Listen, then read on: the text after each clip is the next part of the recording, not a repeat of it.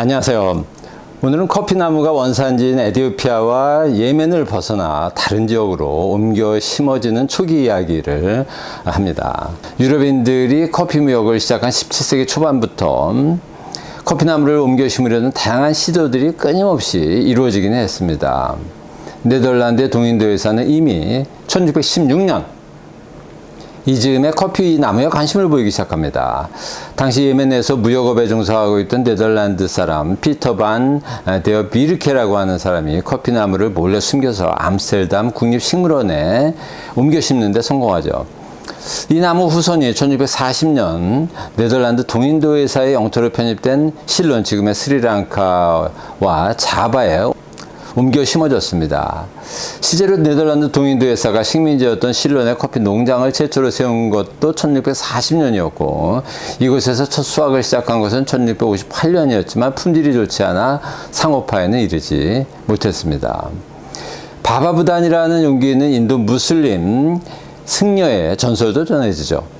부단은 메카에 성지순례차 갔다가 돌아오는 길에 예멘에서 커피 생두 7알을 숨겨서 인도로 가져왔습니다. 가져온 생두를 그의 고향인 마이소르, 지금 인도 커피의 주 생산 지역인 카르나타카 지역에 뿌렸고 이것이 발화하여 인도 커피인 올드칙이 시작되었다는 전설이 전해지고 있습니다. 고려시대 중국에서 모카씨를 가져온 문익점 이야기를 떠올리게 하는 장면입니다. 물론 당시에 심었던 인도 커피가 생산되어 팔렸거나 소비되었다는 기록은 없습니다.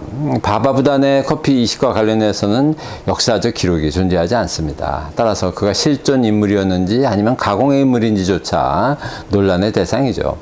지금도 카르나타카 지역에 그의 이름을 딴 산이 있고 그를 숭배하기 위해 만들어진 사원이 있는 것을 보면 실존 인물이었을 가능성은 있습니다.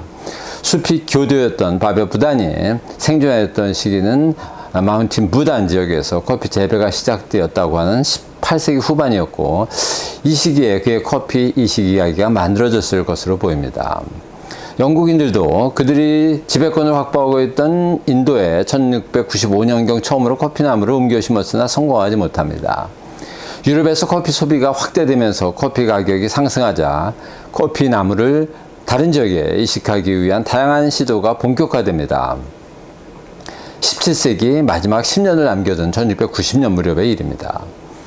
네덜란드인에 의해 커피나무가 바타비아, 지금의 자카르타의 네덜란드 영사관 정원에 심어졌습니다. 자바섬이죠. 자바 커피의 탄생을 주도한 인물은 니콜라스 비첸입니다. 그는 자바의 바타비아에 있던 네덜란드 동인도 회사 사장을 지낸 인물이죠. 여러 차례 실패를 거듭한 끝에 드디어 이 지역에서 생산한 커피를 1706년에 처음으로 암스테르담에 소개한 인물도 비첸이었습니다. 그때 비첸은 암스테르담의 시장이었죠. 비첸은 흥미롭게도 한국과 인연이 있는 네덜란드 사람입니다. 그는 여러 차례에 걸쳐 암스테르담 시장을 13년 동안이나 지냈던 성공한 행정가이며 선박 건조 전문가, 러시아 전문가, 그리고 지도 제작 전문가였습니다. 러시아의 피오트르 대제가 네덜란드에 유학 중이던 1697년에서 1698년에는 그에게 선박 건조 기술을 가르치기도 했습니다. 비첸이 1690년에 완성한 시베리아 지도라고 할 수 있는 타르타르 지도에는 서쪽의 카스피해로부터 동쪽의 한반도까지 나와 있습니다. 18세기 이전까지 유럽인들에게 타르타르는 만주, 시베리아, 그리고 중앙아시아 지역 전체 혹은 이 지역에 사는 사람들을 일컫는 말이었습니다. 비첸은 시베리아, 중앙아시아 그리고 동아시아에 관한 유럽 최초의 기록, 북부 및 동부 아시아 지리지 누르드 앙 우스트 타르타리에 영어로 노스 앤 이스트 타르타리를 남긴 사람으로도 꽤 유명합니다. 타르타르 지역 지도에 관한 해설서 성격인 이 책은 1692년에 초판이 그리고 1705년에 제2판이 간행됩니다. 당시 유럽에서 이용 가능한 모든 정보를 담아 동유럽, 북유럽, 볼가강 유역, 크림반도, 코카서스 지역, 중앙아시아, 몽골, 티베트, 중국, 그리고 한국과 일본에 이르는 지역을 설명하는 책이었습니다. 비첸의 책에는 신기하게도 조선의 사회와 문화에 관한 설명이 적지 않게 포함되어 있습니다. 비첸이 어떻게 17세기 조선에 관한 정보를 얻고 이를 토대로 여러 페이지에 걸쳐 조선의 사회와 문화를 설명할 수 있었을까? 자료의 원천은 무엇이었을까? 바로 헨드릭 하멜 일행이었습니다.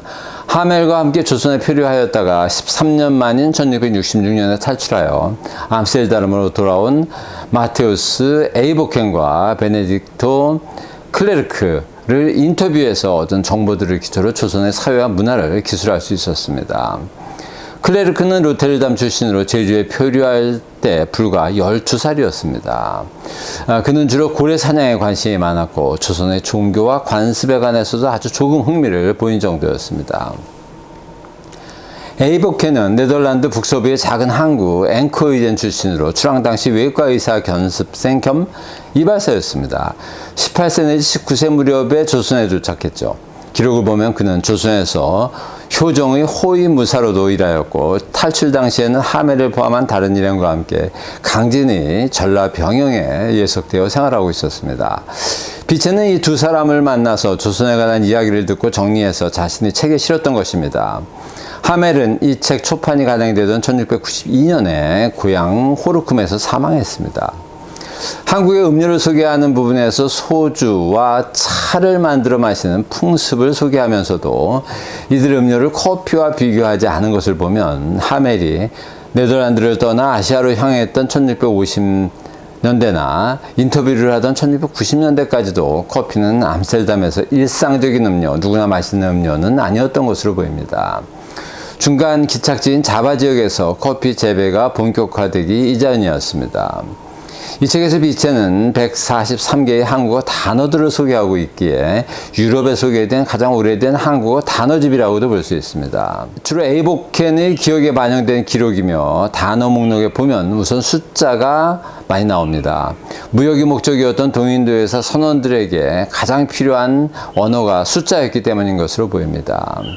1단위, 10단위, 100단위, 1000단위까지의 발음은 지금과 매우 유사합니다. 그런데 만단위는 억으로 표기한 것이 특이합니다. 예컨대 만은 1억, 5만은 5억으로 기록하였습니다. 숫자 이외의 단어로는 1월부터 12월까지의 명칭, 동서남북 등 방향, 각종 동물과 광물, 식재료와 일상용품들이 많이 들어있습니다. 사탕, 코끼리, 포도 등이 당시 조선에서 사용되는 단어였다는 것이 흥미롭습니다. 머리, 헤드는 속어인 대갈로 표기하였습니다. 하멜 일행이 조선 체류기간 동안 주로 뱃사람이나 수군과 같은 하층민들과 생활한 탓에 이런 속된 표현을 배웠던 것으로 봐야죠. 비첸의 이런 지적 호기심과 한국 문화에 대한 이해는 사실 놀라운 일이 아닙니다. 대항해 시대 이후 유럽인들과 아시아인들 사이에는 상대방에 대한 지식에서의 불균형이 점차 확대되고 있었습니다. 비첸이 활동한 17세기 말과 18세기 초에는 그 격차가 매우 컸습니다. 유럽에서는 코란, 유교 경전, 힌두교 경전이 여러 언어로 번역될 정도로 아시아에 대한 관심이 컸지만 아시아인들은 여전히 유럽에 무관심하였죠. 유럽의 과학과 기계장치에 대한 호기심은 조금 있었지만 그들이 사용하는 언어나 그들이 이룩한 정치와 문화적 성취에는 눈을 돌리지 않고 있었습니다. 비체는 이런 시대적 특징을 상징하는 인물의 하나였습니다. 이렇게 한국과 간접적인 인연이 있는 비첸이 커피나무의 동인도 전파와 자바커피의 탄생 배경인물이라는 것은 매우 재미있는 일입니다. 1707년 오스만 트리키에가 내린 커피 수출 금지 조치는 유럽인들의 커피 이식 노력을 자극하는 기폭제가 됩니다. 네덜란드는 자바커피의 재배 지역을 점차 확대하였고 이에 따라서 수확량도 증가하여 빠른 속도로 모카 커피를 따라잡기 시작합니다. 그러나 토양과 기후가 다른 자바에서 나는 커피 맛은 모카 커피의 맛과 조금 달랐습니다. 모카 커피에서 느껴지는 초콜릿 단맛이 없었던 거죠. 커피 맛의 표준은 여전히 당시에는 모카 커피였고 커피는 모카 커피와 기타 커피로 구분되었습니다. 모카 커피에 익숙한 유럽인들의 기호에 맞추기 위해 단맛이 나는 다른 재료들을 커피에 섞기 시작합니다. 이후 식음료에서 모카라는 말은 초콜릿 단맛을, 모카 커피는 초콜릿 단맛이 가미된 커피를 의미하게 되었습니다. 커피 향이 나는 빵에는 모카빵이라는 이름이 붙여졌습니다. 여기까지입니다. 제가 커피 히스토리라는 유튜브 채널을 시작한 지 1년이 되었습니다. 그동안 여러 가지로 도와주신 구독자 여러분께 감사드립니다. 고맙습니다.